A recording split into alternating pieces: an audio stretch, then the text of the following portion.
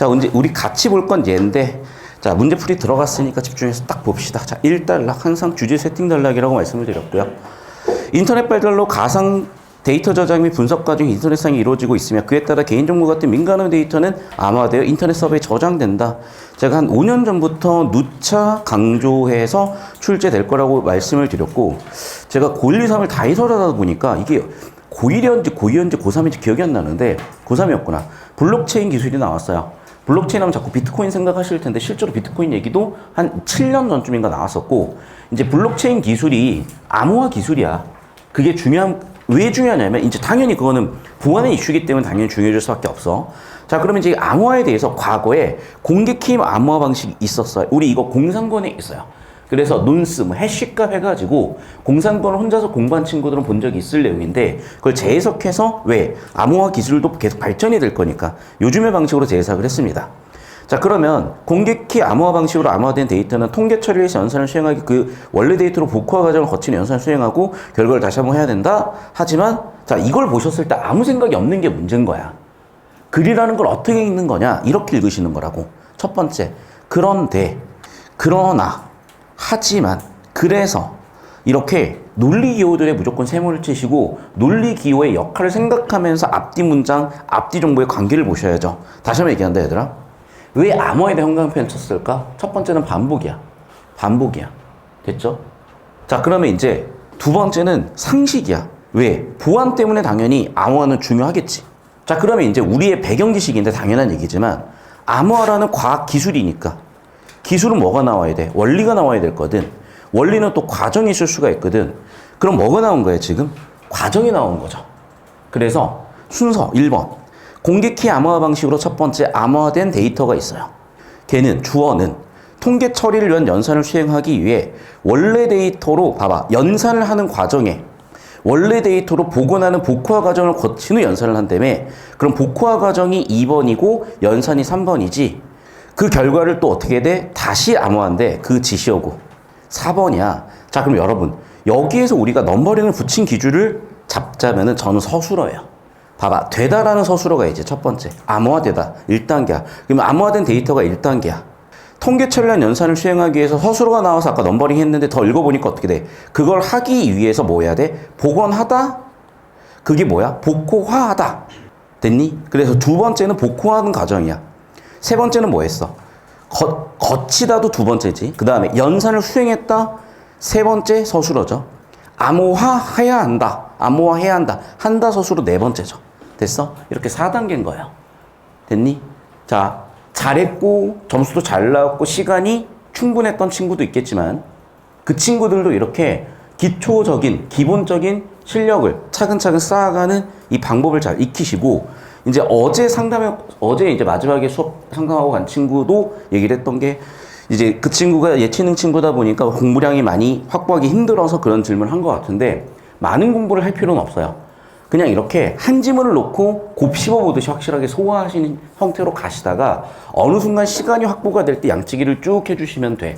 그리고 그게 아니라 우리 일반적인 친구들은 학교 다니면서 역시 똑같이 시간이 없는 것도 마찬가지거든. 그래서 이렇게 기회가 될 때 정확히 잡아주시고, 대신에 혹시라도 이제 국어에서 뭔가 자기주도적으로 해보시는 뭔가가 있다면은 격일이든 매일이든 또는 3일에 한 번이든 제가 볼 수 있게끔 교재랑 영상을 다 드렸잖아요. 그래서 한 권을 놓고 쭉 흐름을 잡아보시라고. 계속합니다. 이 과정에서 비밀키나 민감한 데이터가 유출될 수 있는 문제, 프로블럼이 있을 수가 있죠. 그래서 해결 방법이 뭐겠어? 복호하지 않고 암호화된 상태로 가야 돼. 자, 그럼 해결 방법은 결국 뭐야? 복호화가 원인이었으니까. 왜? 암호했던 걸 복호화했으니까 암호가 아닌 상태니까 당연히 문제가 생길 수가 있겠잖아. 그래서 어떻게 돼? 암호한 상태로 연산하는 방법이 동형 암호고 그게 글의 주제겠죠. 됐니, 여기까지? 자, 그럼 여러분, 우리가 이제 초심자 단계에서는 이렇게 차근차근 하신 다음에 저 따라오세요. 여기 기준으로 이제 구조도를 이렇게 잡아보셔야 돼요. 자, 그래서 1달러. 당연히 암호화라는 기술은 중요한데 몇 단계였어? 1. 기존의 공개키 암호화 방식이야. 그렇지. 얘기를 안 해도 이제 노트에다가 필기하고 계시는 거죠. 여러분은 업사이드를 뭐 크게 가져가시고 말 필요도 없고 꾸준히 잘 하세요. 제가 얘기한 대로 되어 있을 거야.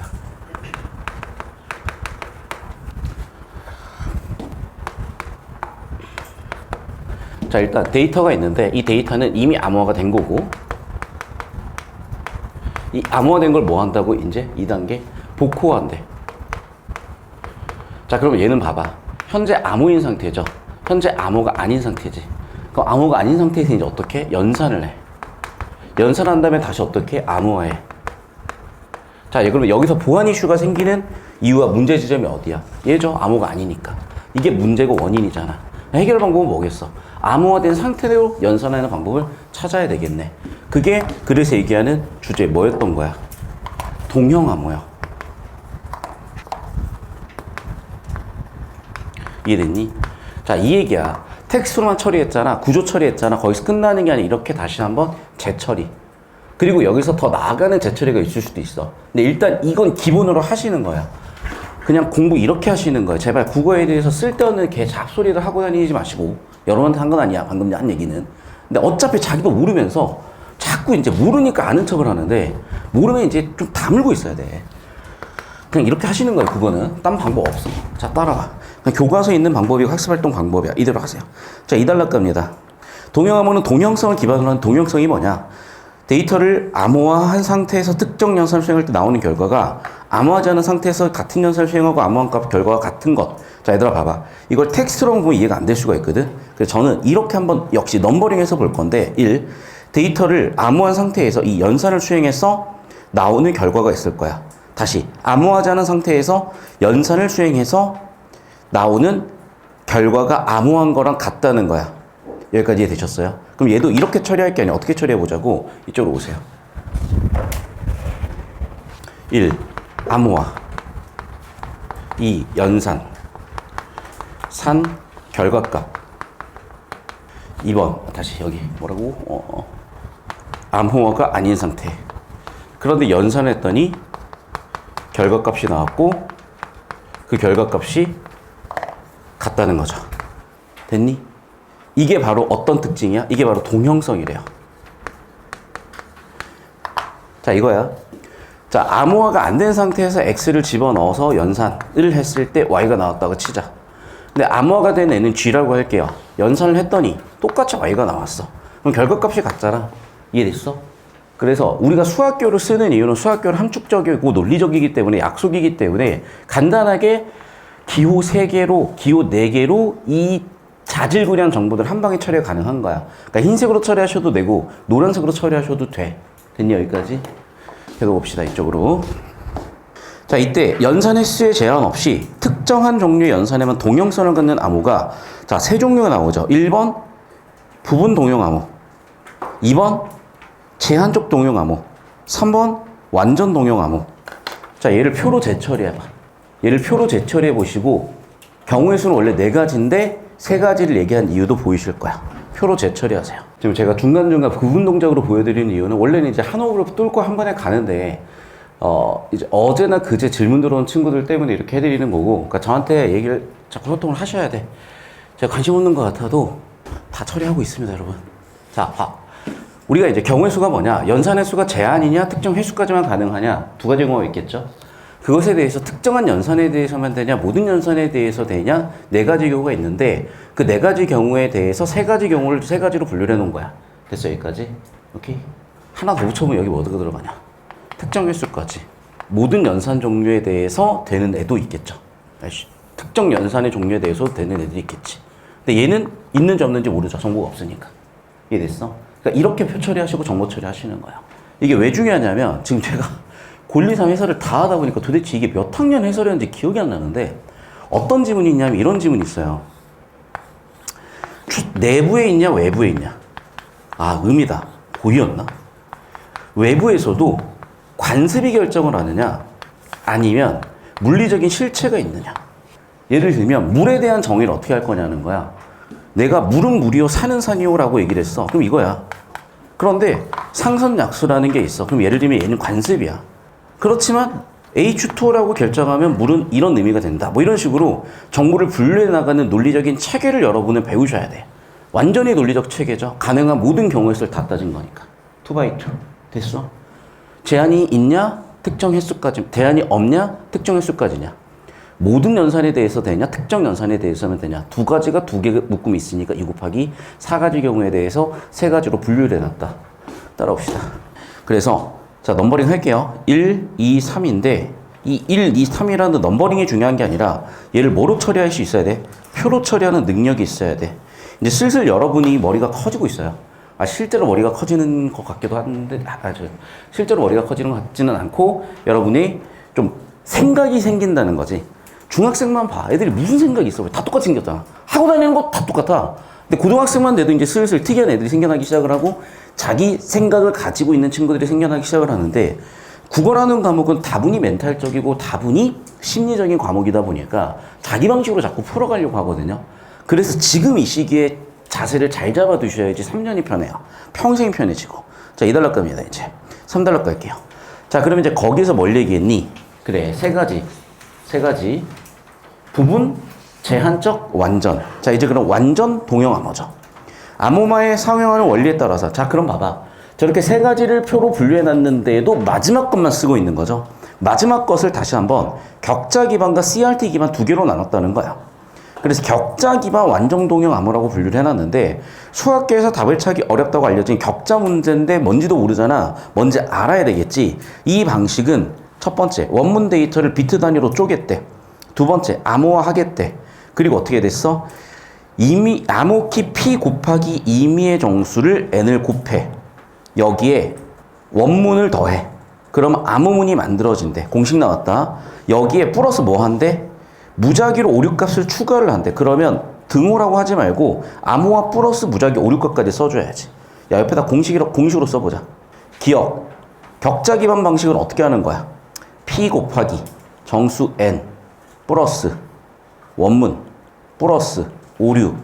됐어? 됐니 여기까지? 그럼 봐봐. 얘 이름이 뭐였던 거야? 얘 이름이 암호문이야. 됐지? 그리고 오류값을 추가한 이유는 안정성을 높이기 위해서. 결과적인 공식이 이렇게 돼. 자, 그러면 좀 이따가 분하나 물어보겠죠. 원문보다 커지냐 작아지냐? 커지지. 그걸 선제 물어봤잖아. 원문에다가 오류도 더하고 P 곱하기 N도 더했으니 당연히 업무보다 커질 거 아니야. 당연히 업무보다 커진다는 선지가 나온다니까. 수학이라고 생각을 하세요.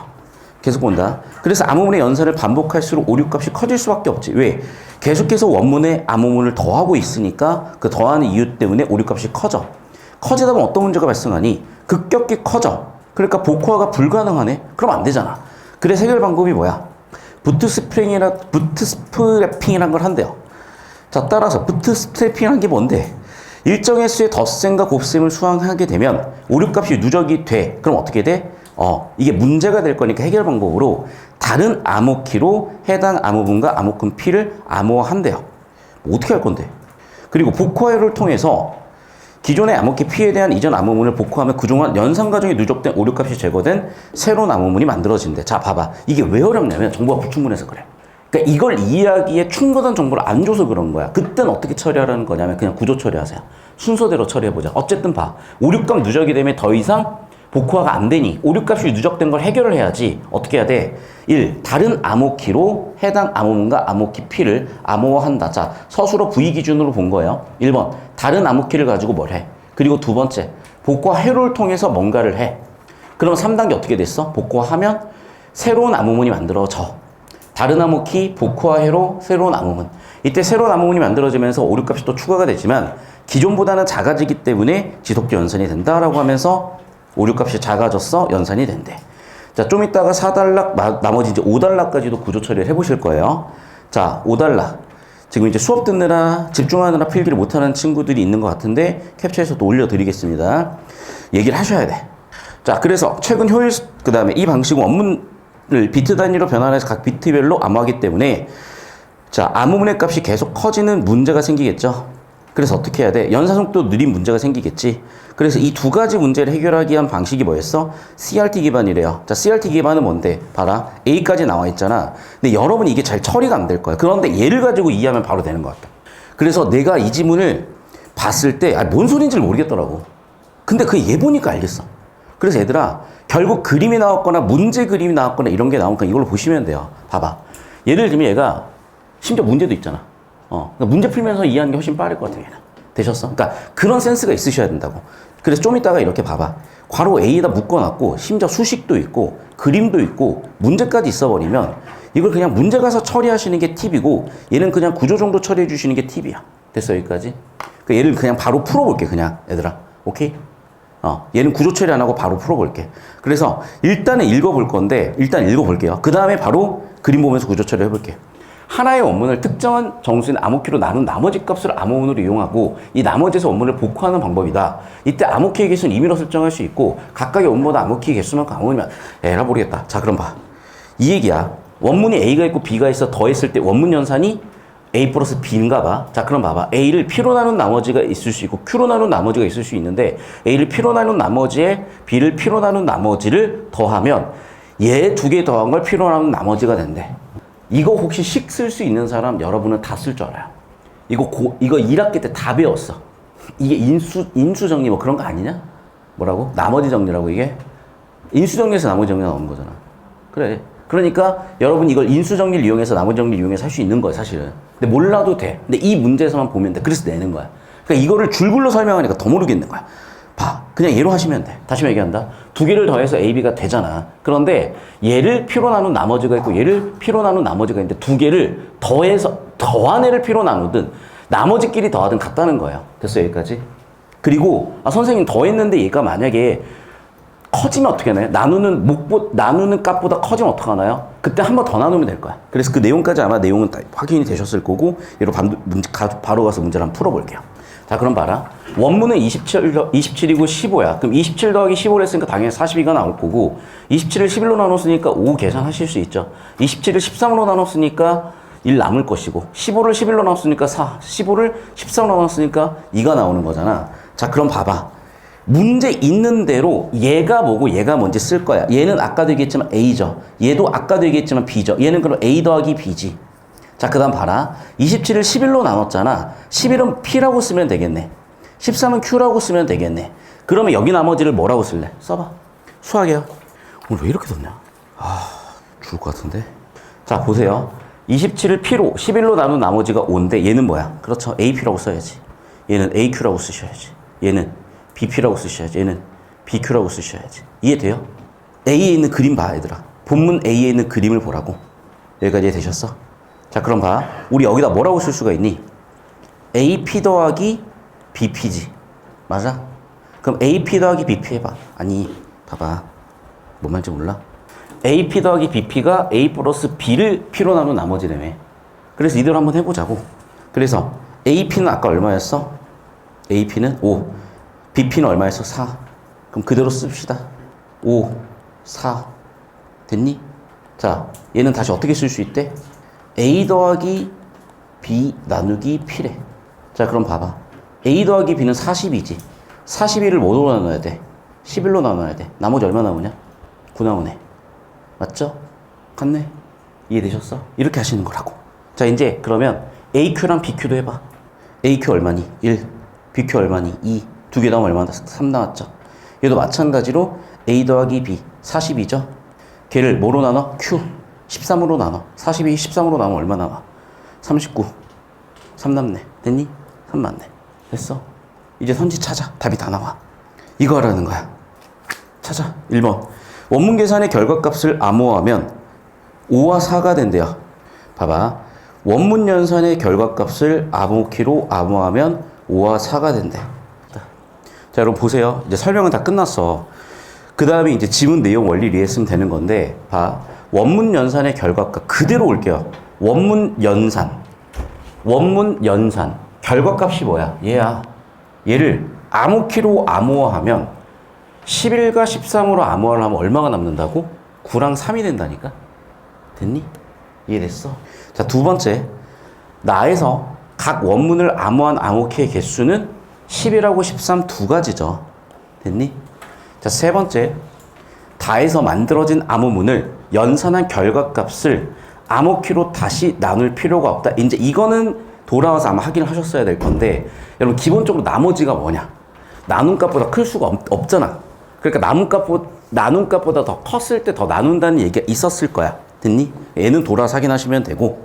자, 4번 선지 보세요. 4번 선지. 다시. 때 나머지 값과 13으로 나눴을 때 나머지 값을 동시에 만족하는 수로 동형 암호를 찾을 거라고 했었는데, 자, 다해서 만들어진 암호문을 연산한 결과값을 암호키로 다시 나눌 필요가 없다. 자, 이거 왜 그래? 자, 이 3번 선지 판단하셔야 돼요, 여러분. 좀 이따가. 자, 4번 선지 봐. 라에서 암호키를 알면 나머지 값을 몰라도 원문 27과 15를 복호할 수 있니? 라에서 암호키를 알아.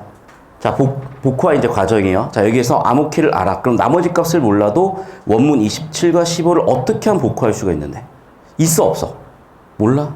자, 제가 다시 정리하면 계산을 하세요. 암호키로 암호하면은 결과값은 9랑 3이 나왔으니까 아웃이고, 암호키는 PQ 11, 13이었으니까 역시 두 가지 아웃이고. 자, 세 번째, 이제 얘는 왜 애매할 수밖에 없냐면 여러분, 이제 이 부분이잖아. 내가 노란색으로 현관 펜치는 이 부분.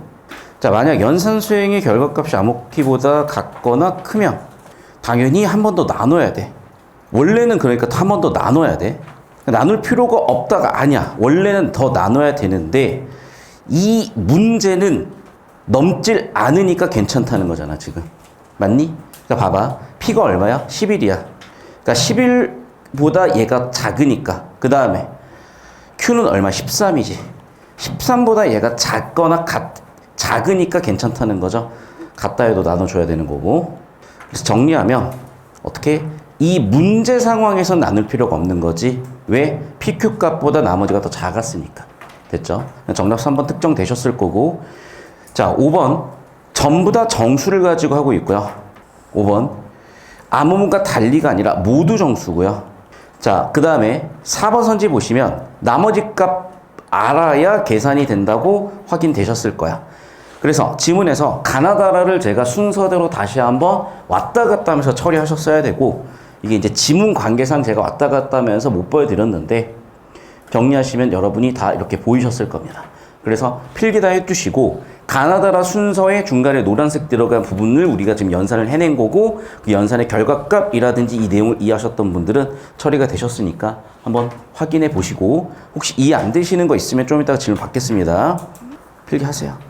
그래서 24번에 그림에 나와 있는 애랑 내가 가나, 다, 라까지 써놨잖아. 대응이 다 되고 있을 거라고. 그리고 중간에 우리가 옆에다 쓴 거는 노란색, 그 다음에 그 아래까지 계산을 우리가 해놓은 걸 써놓은 거니까 이 내용을 이렇게 이해하시는 게 정석이겠다. 그래서 우리가 실전에서는 24번을 가나다라 이해하시고 계산도 하셔가지고 처리하셨어야 되는 건데, 그렇다고 해서 생발체독 가면은 정보량이 있고 난이도가 있는 문제가 터지니까 역시 그 과정 자체도 가나다라 구조화로 대응시키면서 정보를 분류해서 가셨다. 잘 하셨다. 자, 되셨으면 이제 문제 풀고 잠깐 쉬겠습니다. 자, 첫 번째 문제부터 볼게요. 21번. 자, 제한적 동형암호는 뭐야? 특정 S 모든 연산이잖아. 맞니? 특정한 종류의 연산이 틀렸네. 맞니? 모든 연산이라 그랬잖아. 1번 끝이네, 그러면. 됐어? 봐. 필기 한 방 표로 끝났잖아. 저 따라 볼까요? 필기 하나 표로 끝났다고. 됐니? 처리하세요, 그냥. 이게 훨씬 빠르고 정확한 방법이니까. 자, 돌아올게. 어차피 맞는 거 다 맞는 거니까 뭐 찾으시는 건 알아서 재밌는 동생 손잡고 푸시고. 자, 부트스프레이크는 뭐였어? 문제에 대한 해결 방법이었지. 자, 문제는 뭐냐? 계산식에 따라서 오류값이 누적이 된다 그랬잖아. 그걸 해결하기 위해서 부트스프레이크를 한다 그랬잖아. 자, 그럼 봐. 1번. 부트스트래핑은 동일한 암호문을 연산할 때 덧셈 연산보다 곱셈 연산을 많이 수행할수록 더 빨리 시작이 된다. 자, 여러분 이 22번도 어떻게 해야 되냐 다시 한번 지금 판단해봐. 어떻게 할래? 발췌독을 할래? 뭐를 할래? 여러분 구조 그리셔야 돼. 됐어? 4단락도 구조 처리해봤습니다. 자, 3단락이요.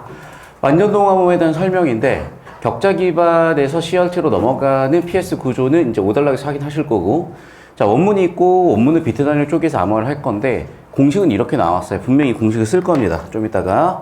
자, 그리고 이 부분 우리가 놓쳤더라고. 그래서 안 잡혔던 거야. 그래서 여러분 내용 일치 발췌독이 아니라 구조 발췌도로 가셔야 돼.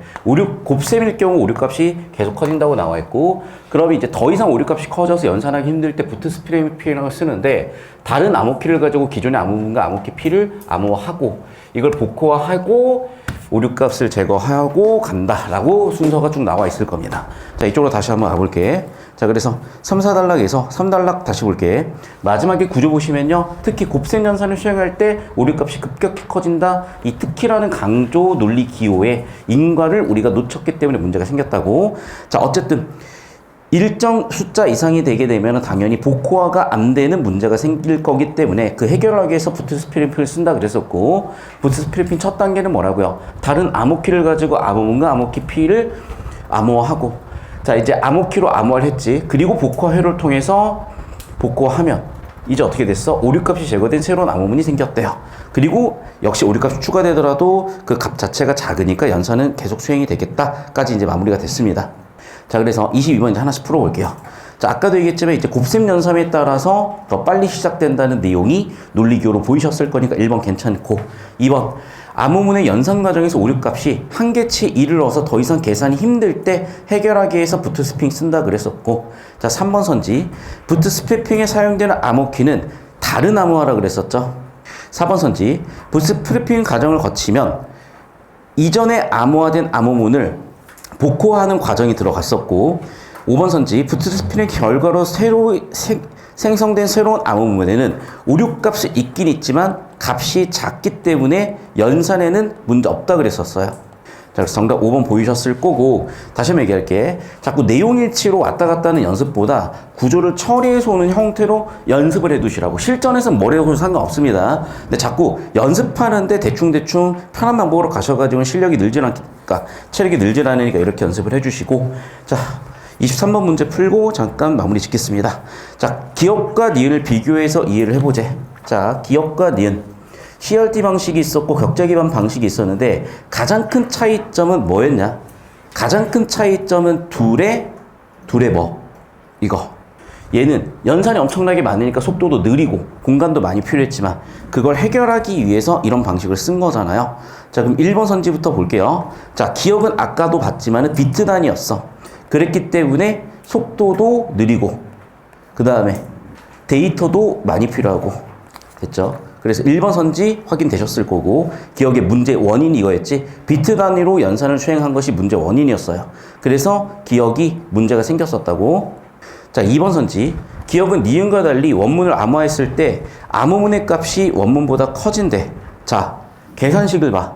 원문에다가 P 곱하기 N을 해서 오류값까지 더했다고. 원문에다 P 곱하기 N을 했으니까 당연히 원보다 커지죠. 제가 아까 저 공식 기억하라 그랬었죠. 그래서 기억의 공식이 어떻게 돼? 원문 더하기 P 곱하기 N, 이게 암호문이라 그랬죠. 그러니까 당연히 값은 원문보다 커질 수밖에 없지. 자, 3번 선지. 니은은 기억과 달리 암호문의 오류값을 추가해서 안정성을 높인다. 자, 봐봐. 이건 뭐의 특징이었어? 기억의 특징이었죠. 맞잖아. 봐봐. 여기 봐봐. 자, 아까 기억의 공식은 뭐였어? 원문 더하기 P 곱하기 Q였어. 그리고 여기에 또 뭘 더해줘? 오류값 같이 더한단 말이야. 오류값을 더하는 이유는 뭐 때문이었다고? 안정성 때문이었다고. 그럼 여러분, 계속해서 하니까 당연히 얘는 원문보다 당연히 큰 값이 될 수밖에 없는 거고, 이 값들은. 두 번째, 오류값을 더하는 방식은 기억이었잖아요. 그리고 이런 기억의 계산식 때문에 문제 1번, 2번 속도도 많이 오래 걸리고, 속도가 느려지고, 속도도 오래 걸리고, 또 플러스 연산하는 뭐 횟수라든지 데이터도 많이 필요하다. 그 문제가 생긴 거잖아. 그 논리교를 잡으셨으면 역시 3번까지 크게 선지 고르는 건 문제가 없었을 거예요. 되셨죠? 자, 답은 여기까지 내봤고, 여러분 이렇게 하자. 자, 지금 우리가 이 구조도 선생님 한 10초씩 잡아주실래요? 그 다음에 제가 칠판 필기한 내용을 2번 정도는 반복을 하셔야 돼요. 그래서 정답이 되는 사고의 흐름을 잡으신 다음에 그 다음에 여러분이 자기가 풀었던 방법이나 다른 선지들에 대한 고민을 바탕으로 질문을 하시거나 하시고, 이렇게까지 하셔야 여러분이 이 지문에 대한 완전한 소화가 돼. 그럼 당연히 내신 대비도 되실 거지만은 우리가 시험을 2달에 많아야 한 번 정도, 3달에 한 번 정도 치는 시험들이기 때문에 되게 중요한 시험들이고, 이렇게 중요한 시험들에서 다시 한번 좀 실력도 기르고 점검도 하고 뭔가 자세를 잡는 기회가 될 수 있으니까 잘 활용해 주셨으면 좋겠습니다. 자, 영상 여기까지 끊을 거고.